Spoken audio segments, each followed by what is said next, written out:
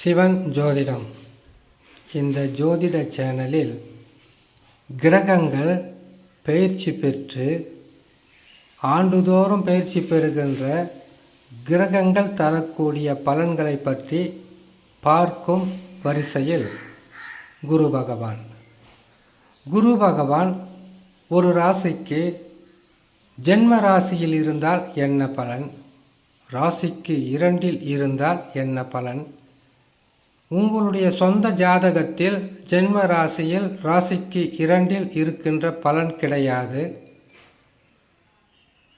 கோச்சாரம் என்று சொல்லக்கூடிய ஆண்டுதோறும் பயிற்சி பெற்று ஒவ்வொரு ராசிகளிலும் மாற்றம் பெற்று அமரும்போது குரு பகவான் ஜென்ம ராசிக்கு 2, ராசிக்கு 3, 4, 5 என்று வரக்கூடிய இந்த ஸ்தானங்களில் அவர் அமர்ந்து தருகின்ற பலன்களை பற்றி வரிசையாக 11 இடங்களில் அமர்ந்தால் இப்பொழுது ராசிக்கு 12இல் எந்த ராசியாக இருந்தாலும் சரி 12 ராசிக்காரர்களுக்கும் ராசிக்கு 12இல் குரு பகவான் அமர்ந்தால் என்ன பலன் தருவார்? 12ஆம் இடம் என்பது அயன சயன போக விரயஸ்தானம். அதாவது 12ஆம் இடத்திற்கு வருவதற்கு முன்பதாக 11ஆம் இடத்தில் இருந்திருப்பார். 11ஆம் இடத்தில் இருக்கும்போது நினைத்ததை நினைத்த மாத்திரத்தில் செய்து வெற்றி பெற வழியாகவும் துணையாகவும் இருந்திருப்பார். தனலாபங்கள் என்பது எதிர்பார்த்ததை விட பல மடங்கு உயர்ந்திருக்கும் 11ஆம் இடத்தில் இருக்கும்போது. இது உங்களுக்கு மட்டுமல்ல, எனக்கு மட்டுமல்ல, 12 ராசிக்குமே குரு பகவான் ஒரு ராசிக்கு 11ஆம் இடத்தில் வந்துவிட்டால் பொருளாதார உயர்வு, திடீர் தனலாபங்கள், செய்யும் தொழிலில் வெற்றியும், பொருள் அதிகப்படியான வரவும், குடும்பத்தில் சந்தோஷமும், எண்ணற்ற திருப்திகரமான சந்தோஷமான மன நிம்மதியான பலன்களை கொடுத்திருப்பார். இது அப்படியே தலைகீழாக மாறும் 12ஆம் இடத்திற்கு குரு பகவான் வரும்போது. 12ஆம் இடத்தில் குரு பகவான் அமரும் காலம் என்பது விரயம். விரயம் என்றால் 12ஆம் இடத்தில் குரு பகவான் வந்து அமர்ந்து விட்டால் ஏற்கனவே செய்து கொண்டிருந்த தொழிலில் தடைகளும் தடங்கல்களும் ஒன்றின் பின் ஒன்றாக வரும். செய்யும் தொழிலில் தடைகள் வந்தால் வருமானம் குறையும். இல்லை, வேறு ஒரு தொழிலை செய்ய முயற்சி செய்து வருமானத்தையும் பெருக்குவதற்காக முயற்சியால் கையிருப்பு கரைய வைப்பார். ஆனால் இதில் சிறு மாற்றங்கள் இருக்கும்.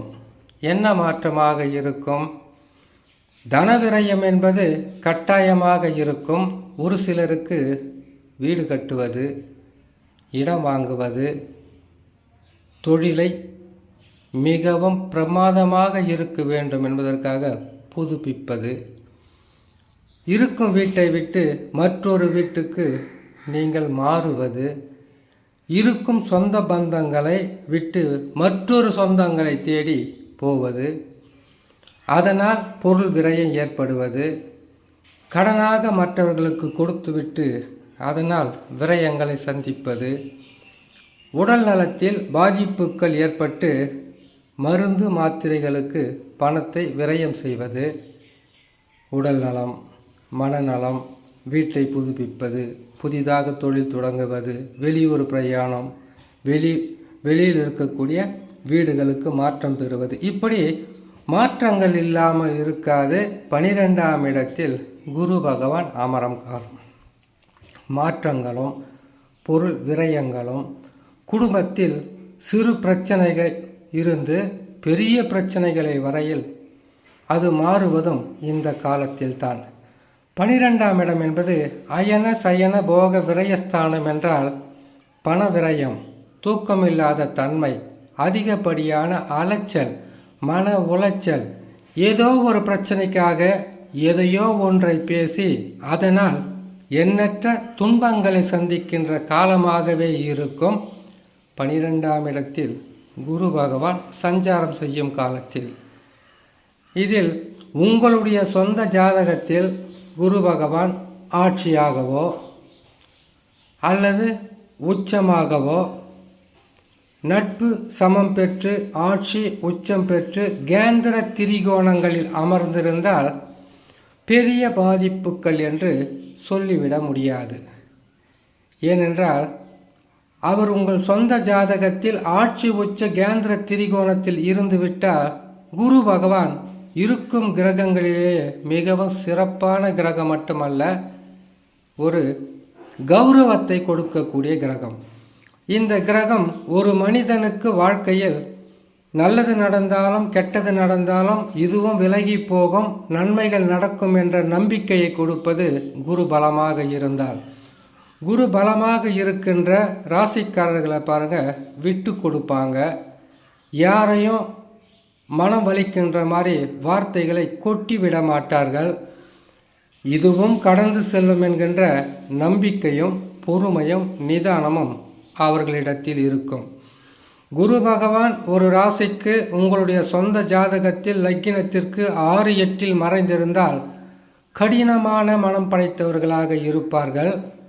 கெட்டதாக இருந்தாலும் துணிந்து செய்ய தயங்க மாட்டார்கள். குரு பலம் ஒவ்வொரு சொந்த ஜாதகத்திற்கும் மிகவும் அவசியம்.